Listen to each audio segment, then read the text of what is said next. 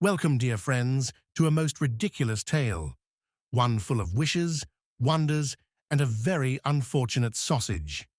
This story comes from the clever mind of Charles Perrault, the same fellow who gave us Cinderella and Puss in Boots. But today, we're not meeting any royalty or magical cats. No, today we journey into the woods, where a poor woodcutter is about to learn that when the gods grant you 3 wishes, you'd better think before you speak. So settle in and prepare to laugh, because this, my friends, is the story of the ridiculous wishes.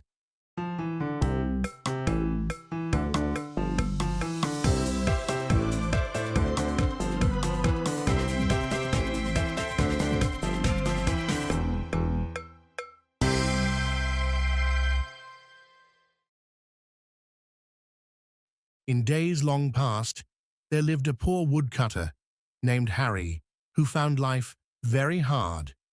Though he was young and happily married, there were times he wished himself dead and buried. One day, while at his work, he was again lamenting his fate. Some men have only to speak their desires, and they're granted at once. But me? The gods are deaf to the likes of me. No sooner had he spoken than a great thunderclap shook the sky. Jupiter appeared, wielding mighty thunderbolts. Harry fell to the ground in fear. My lord, forgive my foolish words. I take it all back. Just stop the thunder. Fear not, mortal. I heard your lament and came to show you you're wrong.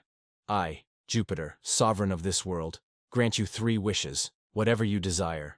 Choose wisely and speak them well. Your happiness is at stake.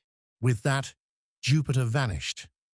Harry tied up his bundle of firewood and made for home, a smile on his face and spring in his step.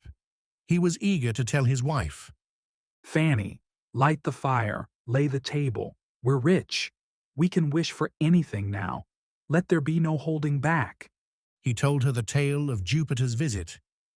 This is a gift beyond measure, but we must not be rash.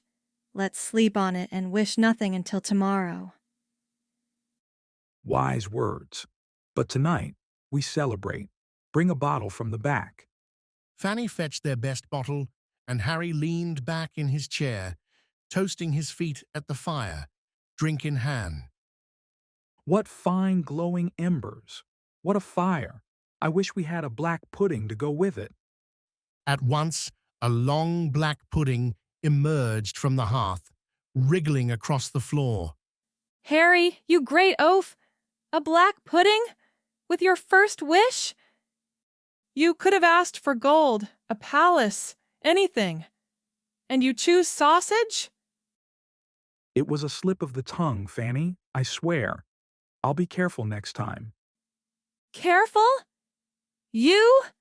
Once a fool, always a fool. Her scolding stirred Harry's temper. He clenched his fists. Enough, woman. A plague on the pudding and your nagging. I wish that thing were stuck to the end of your nose. The wish was granted instantly. The black pudding now dangled from Fanny's face. Harry was stunned. His wife, once comely, now looked absurd. And though it did silence her momentarily, it wasn't quite the improvement he had hoped for. He thought to use the final wish for something grand. A kingdom, perhaps.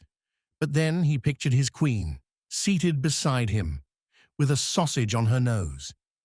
Fanny, it's your choice. Would you rather be a queen with that, or my wife again, with your pretty face restored? Take the nose off, Harry. A crown means nothing if I'm to wear this monstrosity. And so, with his final wish, Harry undid his folly. He didn't become a king, nor rich beyond dreams, but he was wiser, and perhaps, in the end, a bit more content. Thus ends the tale of the foolish wishes. A little patience and a little wisdom might have gone a long way, but at least they were left with each other. And so, our foolish woodcutter and his wise and slightly sausage-snouted wife, learned a valuable lesson. Sometimes the greatest riches are found not in gold or crowns, but in a little laughter and a lot of love. If you enjoyed this silly tale, don't forget to click the like button and subscribe if you haven't already. There are so many more magical stories waiting just around the corner. Make sure to come back for more stories here at Grandma's house.